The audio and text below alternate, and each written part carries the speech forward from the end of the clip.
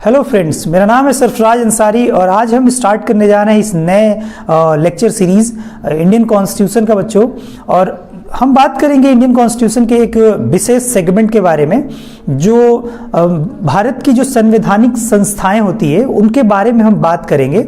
जैसे आपका निर्वाचन आयोग हो गया, आपका यूपीएससी यानी संघ लोक सेवा आयोग हो गया, या आपका वित्त आयोग हो गया, या आपका महान्यायवादी जो पद है भारत का वो हो गया, या सीएजी कैग हो गया। ये सब जितने भी संवैधानिक पद हैं इनसे सवाल लगभग सभी कॉम्पिटिटिव एग्जाम में पूछे जाते हैं, जिसमें आपका इंडियन पॉलिटी से सवाल बनता है। ठीक है, सो आज हम बात करेंगे अपने इस फर्स्ट लेक्चर सीरीज में चुनाव आयोग यानी निर्वाचन आयोग के बारे में। इलेक्शन कमीशन, ठीक है, इलेक्शन कमीशन ऑफ इंडिया इसे कहा जाता है। सबसे पहले हम बात करेंगे इसके संवैधानिक उपबंध के बारे में कि इसका संवैधानिक उपबंध क्या है, मतलब किस आर्टिकल में या किस पार्ट में, भाग में इसका जिक्र किया गया है। तो सबसे पहला पॉइंट देखेंगे हम लोग बच्चों, संवैधानिक उपबंध।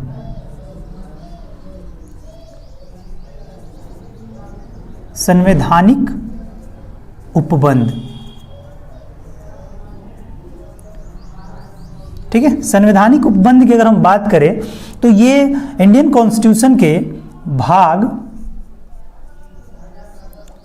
15 में इसका जिक्र है। ठीक है, आपको पता है कि भारत के संविधान में, मूल संविधान में कुल भाग 22 थे। आज के समय में इनकी संख्या बढ़ के 25 हो गई है। ठीक है, तो भाग 15 में निर्वाचन आयोग के बारे में यानी चुनाव आयोग के बारे में, बेसिकली निर्वाचन के बारे में जिक्र किया गया है। ठीक है, भाग 15 में आर्टिकल की अगर हम बात करें तो अनुच्छेद 324 324 आर्टिकल में इंडियन कॉन्स्टिट्यूशन में निर्वाचन आयोग के बारे में जिक्र किया गया है। ठीक है, एक इंपॉर्टेंट तथ्य ये भी है बच्चों कि यह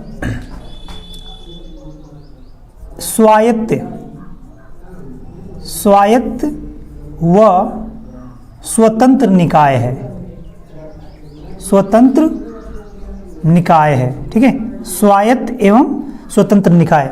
कॉन्स्टिट्यूशन बनाने वाले जो संविधान सभा में लोग थे उनका ये मानना था कि संविधान की जो सबसे प्रमुख संवैधानिक पद है उनमें से एक ये भी है, क्योंकि जिस तरह से चुनाव आयोग से ही, वहाँ से मतलब चुनाव आयोग के चुनाव प्रायोजन से ही एक कॉन्स्टिट्यूशन की जो नींव है वो तैयार होता है। ठीक है, कि फ्री एंड फेयर इलेक्शन हो सके, इलेक्शन में किसी भी प्रकार की विवाद न हो या धांधली न हो। तो चुनाव आयोग एक बहुत ही बड़ा रिस्पॉन्सिबल पद है संविधान की। ठीक है, तो ये स्वायत्त एवं स्वतंत्र निकाय है। बेसिकली ये किसी पे डिपेंड नहीं है, हालांकि इनके सदस्यों की भी नियुक्ति के लिए कुछ प्रोसीजर है, बट ये डिपेंड नहीं है किसी पे, इंडिपेंडेंट है। ठीक है, अगर हम ये जानने का प्रयास करें कि चुनाव आयोग जो है बच्चों वो बेसिकली निर्वाचन किसका कराता है, निर्वाचन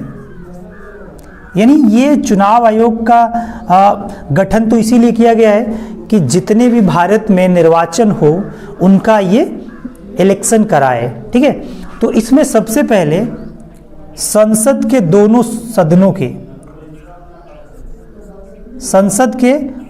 सदनों का निर्वाचन, राज्य विधानमंडल के सदस्यों का निर्वाचन, विधानमंडल, ठीक है, फिर प्रेसिडेंट का यानी राष्ट्रपति का निर्वाचन, और एक है आपका वाइस प्रेसिडेंट यानी उपराष्ट्रपति का। उपराष्ट्रपति तो याद रखेंगे, यहां से भी सवाल पूछे जाते हैं कि जो निर्वाचन आयोग है, इलेक्शन कमीशन है, वो बेसिकली किन के इलेक्शन को कराता है। तो संसद आपका हो गया, राज्य विधानमंडल आपका हो गया, राष्ट्रपति हो गया और उपराष्ट्रपति हो गया। अब एक चीज़ आप सोच सकते हैं कि जो गांवों में पंचायत चुनाव होता है या नगर निगम का चुनाव होता है, निगम चुनाव होता है, ये सब चुनाव कौन कराता है? तो आपको मैं बता दूं बच्चों कि ये पंचायत चुनाव और निगम चुनाव का संबंध निर्वाचन आयोग से नहीं होता है। इसके लिए राज्य निर्वाचन आयोग रहता है हर राज्य के लेवल पे और वो इसका चुनाव कराता है। तो आप यहाँ एक नोट में ये बात लिख लेंगे, नोट में एक बात लिख लेंगे कि पंचायत व निगम चुनाव से निर्वाचन आयोग का कोई संबंध नहीं है, बल्कि इनका जो चुनाव है वो राज्य निर्वाचन आयोग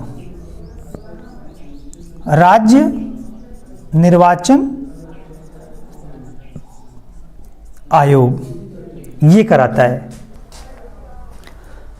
तो निर्वाचन आयोग पंचायत और निगम चुनाव का इलेक्शन से इनका कोई संबंध नहीं है। हर राज्य में अपने स्तर पे राज्य निर्वाचन आयोग होता है जो इनका इलेक्शन कराता है। बेसिकली इंपॉर्टेंट बात यह है कि जो निर्वाचन आयोग है वह एक अखिल भारतीय संस्था है, अखिल भारतीय संस्था। इसका मतलब ये होता है कि यह भारत में केंद्र का भी इलेक्शन कराता है और राज्य में भी इलेक्शन कराता है। राज्य विधानमंडल से संबंधित इलेक्शन निर्वाचन आयोग ही कराता है। तो इसलिए इसको हम लोग अखिल भारतीय संस्था कहते हैं। ठीक है, यहां पे आप एक चीज और नोट कर लेंगे कि यह केंद्र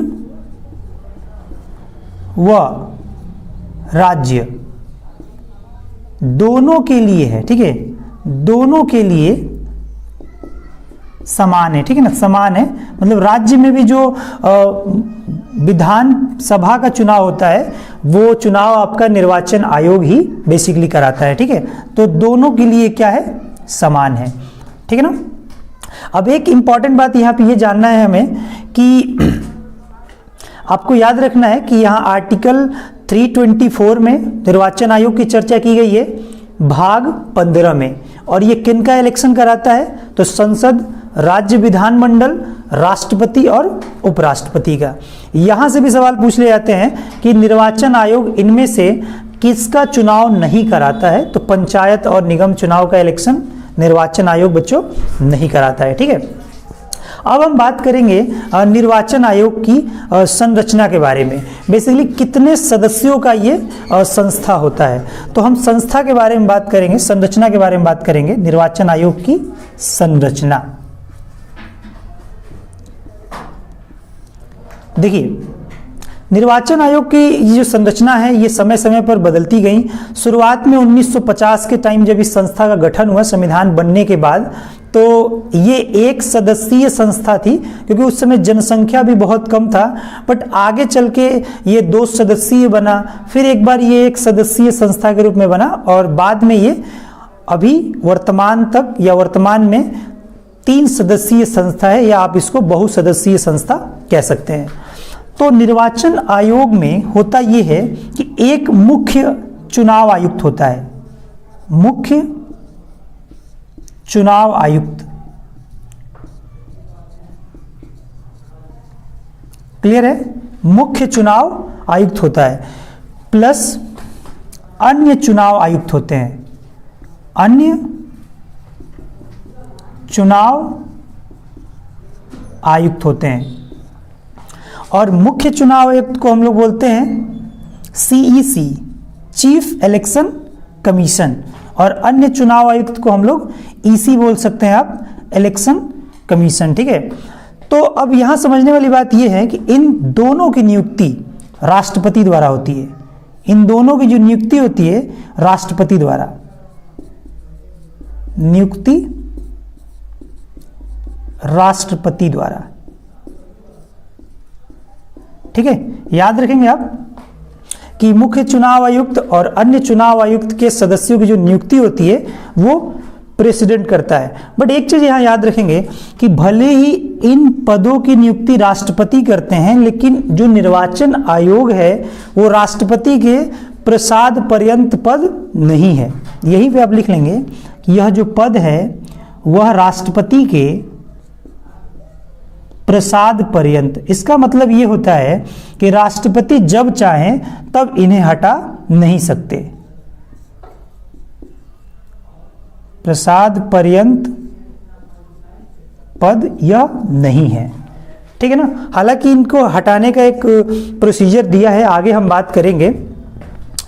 राष्ट्रपति के सलाह पर या मुख्य चुनाव आयुक्त के सलाह पर राष्ट्रपति प्रादेशिक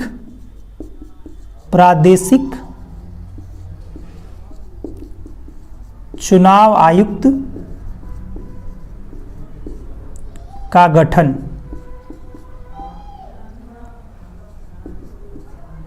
कर सकता है, ठीक है। ये राष्ट्रपति द्वारा इनको नियुक्त किया जाता है। इनकी भी जो नियुक्ति है वो प्रेसिडेंट ही करता है, राष्ट्रपति ही करता है, प्रेसिडेंट ऑफ इंडिया, ठीक है। लेकिन सलाह कौन देता है? CEC, चीफ इलेक्शन कमीशन के सलाह पर इनकी नियुक्ति होती है। इनकी नियुक्ति तब होती है जब अगर चुनाव से संबंधित ज़्यादा बोझ हो या बड़ा इलेक्शन हो, जैसे आपका लोकसभा का इलेक्शन हो सकता है या राज्य विधानमंडल का इलेक्शन हो सकता है, या आप न्यूज़ सुने होंगे कि कभी कभी 4-5 स्टेट का इलेक्शन एक ही साथ होता है। तो इन परिदृश्य में या इन समय काल में ऐसा होता है कि चीफ इलेक्शन कमीशन राष्ट्रपति को सलाह देता है और राष्ट्रपति उनके सलाह पर प्रादेशिक चुनाव आयुक्त की नियुक्ति करता है, ठीक है ना। चलिए अब हम ये जानने का प्रयास करेंगे बच्चों कि हमारा इस समय वर्तमान में जो हमारा इलेक्शन कमीशन है वो बहुसदस्यीय है। थोड़ा सा इसके इतिहास को जानने का हम लोग प्रयास करेंगे। 1950 से 15 अक्टूबर 1989 तक जो हमारा इलेक्शन कमीशन था यानी चुनाव आयोग था वो एक सदस्यीय था, ठीक है। एक सदस्यीय मतलब एक ही सदस्य था जो आपका मुख्य चुनाव आयुक्त था, उसमें अन्य चुनाव आयुक्त नहीं थे। लेकिन 1989 के बाद आपको पता होगा कि पहले क्या था, इलेक्शन में जो मत देने का आयु था वो 21 साल था। इसे घटा करके 61वां संविधान संशोधन करके इसे घटाया जाता है और 18 साल मतदान देने की आयु निर्धारित की जाती है। तो ये संविधान संशोधन से जब उम्र कम किया गया तो मतदाता की संख्या में क्या हो गई, वृद्धि हो गई। इसी वृद्धि को मैनेज करने के लिए ताकि मुख्य चुनाव आयुक्त का जो भार है, जो वर्क है, ज़्यादा लोड ना आए, उसके लिए इसे 2 अन्य सदस्यों की भी इसकी नियुक्ति हुई। तो बाद में ये क्या हो गया, बेसिकली 3 सदस्यीय हो गया, 3 सदस्यीय, या आप बच्चों इसको बहुसदस्यीय बोल सकते हैं, ठीक है। फिर पुनः एक बार क्या हुआ 1990 में, बेसिकली 1989 के बाद 1990 में इसे फिर एक सदस्यीय कर दिया गया, एक सदस्यीय संस्था बना दिया गया। और 1990 के बाद वर्तमान समय तक ये पुनः इसमें संशोधन करके बहुसदस्यीय पद बना दिया गया, ठीक है। यानी 1990 के बाद, या वैसे नोट कर लेंगे, 1990 के बाद और वर्तमान तक, वर्तमान परिदृश्य में भी ये जो हमारा इलेक्शन कमीशन है वो 3 सदस्यीय है, 3 सदस्यीय, या इसको आप कह सकते हैं बहुसदस्यीय, बहुसदस्यीय। तो ये एग्जाम में उतना इम्पोर्टेंट नहीं है, बट ये आपको थोड़ा सा आइडिया होना चाहिए कि हमारा निर्वाचन आयोग पहले एक सदस्यीय था, कब बहुसदस्यीय हुआ, या अभी इसका क्या वर्तमान में स्ट्रक्चर है, ठीक है। तो वर्तमान में हमारे निर्वाचन आयोग में एक चीफ इलेक्शन कमीशन है, CEC, ठीक है, चीफ इलेक्शन कमीशन, और इनके 2 सहयोगी, 2 अन्य सदस्य हैं, ठीक है। EC आप कह सकते हैं इनको, इलेक्शन कमीशन। इस प्रकार से हमारा चुनाव आयोग अभी 3 सदस्यीय के रूप में वर्क कर रहा है, ठीक ना।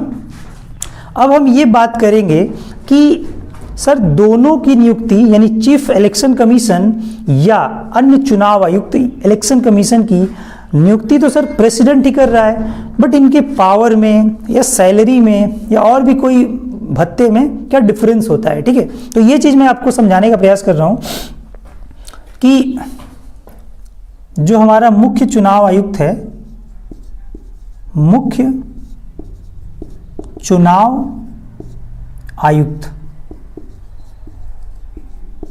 ठीक है, ये और जो अन्य चुनाव आयुक्त है, अन्य चुनाव आयुक्त, बच्चों इनकी शक्तियां जो है ना वो समान होती है, शक्तियां समान। अब समझने वाली बात यहां पे ये है, फिर क्या मतलब है चीफ इलेक्शन कमीशन बनने का, कि पावर भी सेम है, पावर के साथ साथ इनकी सैलरी भी सेम होती है। इनकी जो वेतन है, वेतन और भत्ता वो सुप्रीम कोर्ट के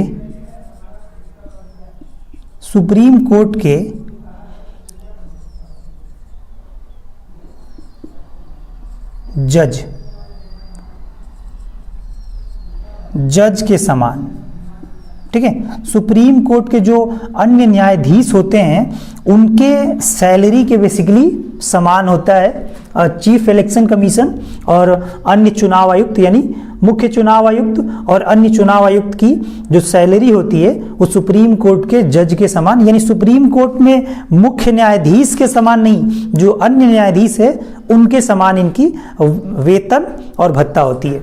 अब यहाँ समझने वाली बात यह है बच्चों कि यहाँ पावर तो सेम है, तो इसीलिए इसको हम विषम सदस्यीय बनाए हैं। मतलब ये 3 है, कल को 4 नहीं होगा, 5 हो सकती है, 5 सदस्यीय, फिर 6 नहीं होगा, 7 हो सकती है। इसके पीछे रीजन ये है बच्चों कि शक्ति तो समान है, बट यहाँ पे क्या है ना कि जो बहुमत के आधार पर निर्णय लिए जाएंगे। बहुमत के आधार पर मतलब ये है कि मान लेते हैं कि ये चीफ इलेक्शन कमीशन है, ठीक है, ये चित्रात्मक नहीं, मान लेते हैं कि ये चीफ इलेक्शन कमीशन है ए, ठीक है, और 2 अन्य सदस्य हैं आपके बी और सी। तो अब तीनों में जिस निर्णय पर बहुमत होगा उसकी बात सुनी जाएगी। सपोज करते हैं कि यहाँ 2 अन्य सदस्य एक पर्टिकुलर बात पे टिके हुए हैं और यहाँ पे एक बात पे ये टिके हुए हैं, तो इन बात को, इन 2 अन्य सदस्यों के बात को क्या किया जाएगा, मान्य होगा, क्योंकि यहाँ पे क्या है, बहुमत है, ठीक है ना। तो बहुमत के आधार पर क्या होता है, ये निर्णय होता है। क्लियर है ना। अब हम बात करेंगे इनके कार्यकाल के बारे में। तो कार्यकाल में हम बता दे रहे हैं आप लोगों को, इंपॉर्टेंट है कार्यकाल।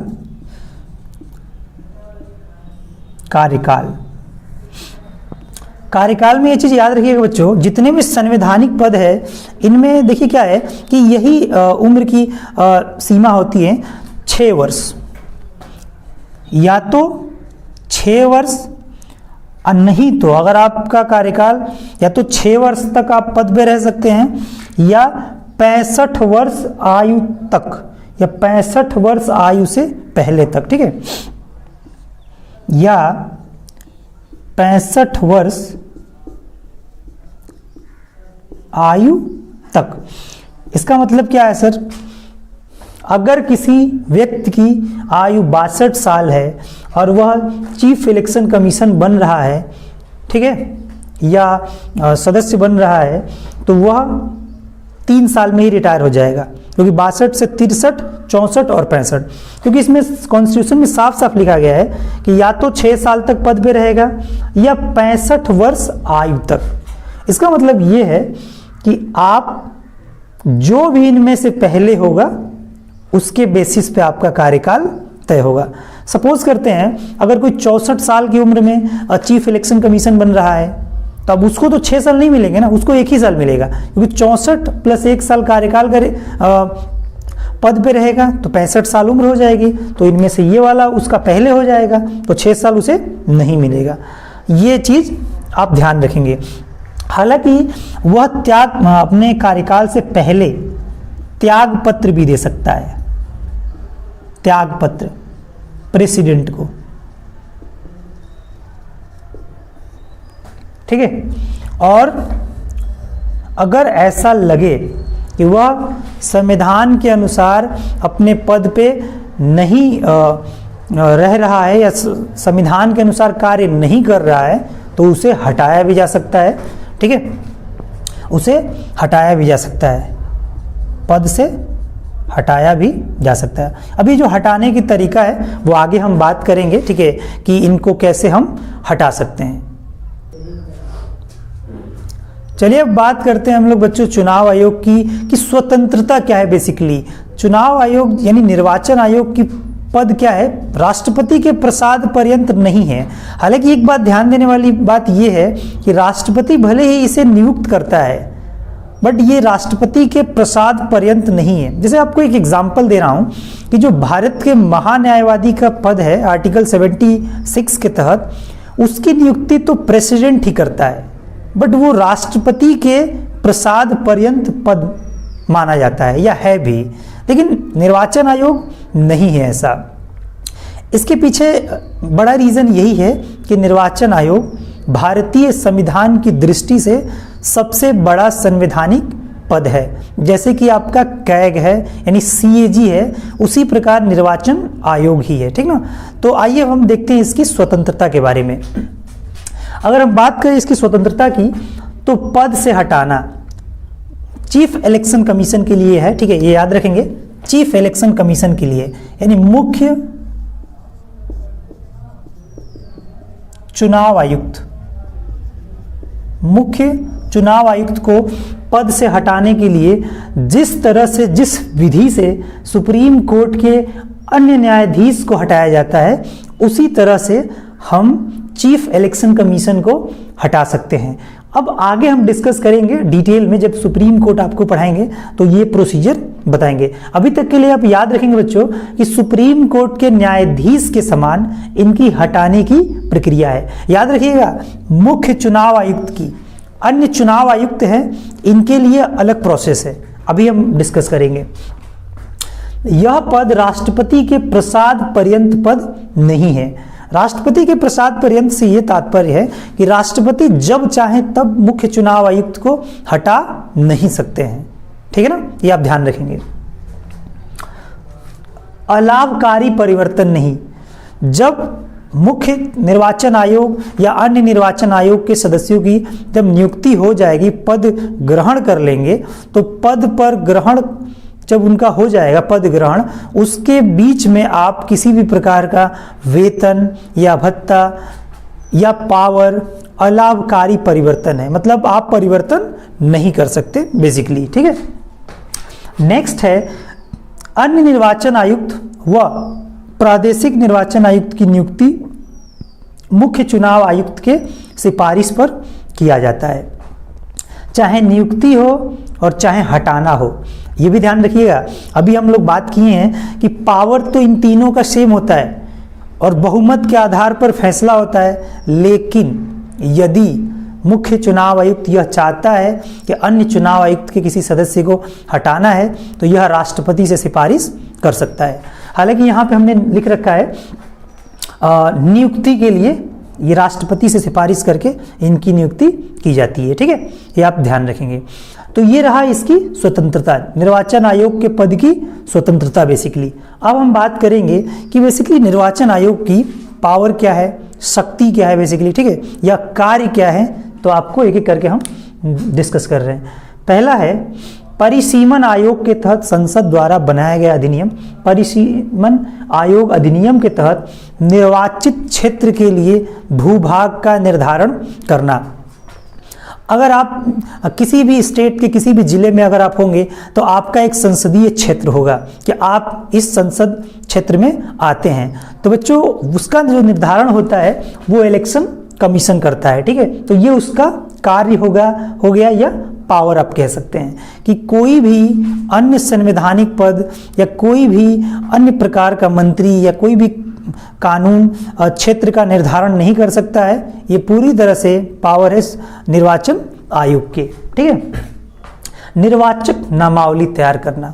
आपको पता होगा कि जब भी इलेक्शन करीब आता है तो उससे कुछ महीने पहले एक मतदाता सूची आती है, इसको तैयार निर्वाचन आयोग ही करता है। ठीक है। तिथि व समय का निर्धारण करना कि किस तिथि को इलेक्शन होगा, किस समय से चालू होगा, किस समय खत्म होगा, ये तिथि का निर्धारण, समय का निर्धारण कौन करता है? चीफ इलेक्शन कमीशन या आप कह सकते हैं निर्वाचन आयोग करता है। क्लियर है? मान्यता, किसी भी दल को मान्यता देना या चुनाव चिन्ह आवंटित करना, ये किसका अधिकार है? तो ये आपका इलेक्शन कमीशन का अधिकार है। अगर उस पर कोई विवाद होता है तो यह चुनाव आयोग यानी निर्वाचन आयोग न्यायालय की तरह काम भी करता है और उस पर अपना एक फैसला भी सुनाता है जो सर्वमान्य होगा, यानी मान्य होगा। ठीक है। आचार संहिता, आपको पता होगा कि इलेक्शन से पहले आचार संहिता लागू हो जाता है। किसी भी प्रकार का पोस्टर या प्रचार या जो भी चीज़ें हैं वो नहीं हो पाती हैं, तो ये आचार संहिता जो लागू करता है आपका इलेक्शन कमीशन लागू करता है। ठीक है। स्वतंत्र व निष्पक्ष चुनाव, इलेक्शन कमीशन की ये सबसे बड़ी जिम्मेदारी है या आप कहें तो रिस्पॉन्सिबिलिटी है कि इलेक्शन को फ्री एंड फेयर कराया जाए, यानी स्वतंत्र हो और निष्पक्ष हो, पारदर्शिता हो इलेक्शन में। किसी भी प्रकार का अपारदर्शी या किसी भी प्रकार की गैर जिम्मेदारी चीज़ें नहीं होनी चाहिए जो इलेक्शन कमीशन के छवि को खराब करे। तो ये सबसे इंपॉर्टेंट है, पारदर्शी चुनाव कराना है, स्वतंत्र और निष्पक्ष चुनाव कराना। ठीक है। किसी भी पार्टी को राष्ट्रीय पार्टी का दर्जा देना, ये इलेक्शन कमीशन के हाथ में होता है, या राज्य स्तरीय पार्टी का दर्जा देना, यह भी हमारे इलेक्शन कमीशन के ही हाथ में होता है। ठीक है बच्चों, तो ये रहा हमारा इलेक्शन कमीशन, निर्वाचन आयोग। भारत के संविधान के अनुसार जितने भी महत्वपूर्ण संवैधानिक संस्थाएं हैं उनको एक एक करके हम डिस्कस करेंगे। तो आज हमने डिस्कस किया आर्टिकल 324 के तहत निर्वाचन आयोग के बारे में। बच्चों अगले लेक्चर सीरीज में हम बात करेंगे 280 आर्टिकल के तहत यानी अनुच्छेद 280 के तहत वित्त आयोग यानी फाइनेंस कमीशन के बारे में। सो बच्चों अगर आपको ये वीडियो अच्छा लगे तो प्लीज़ लाइक करें, शेयर करें और अपने फ्रेंड सर्कल में इसको शेयर करें। मिलते हैं अगले वीडियो में, तब तक के लिए नमस्कार।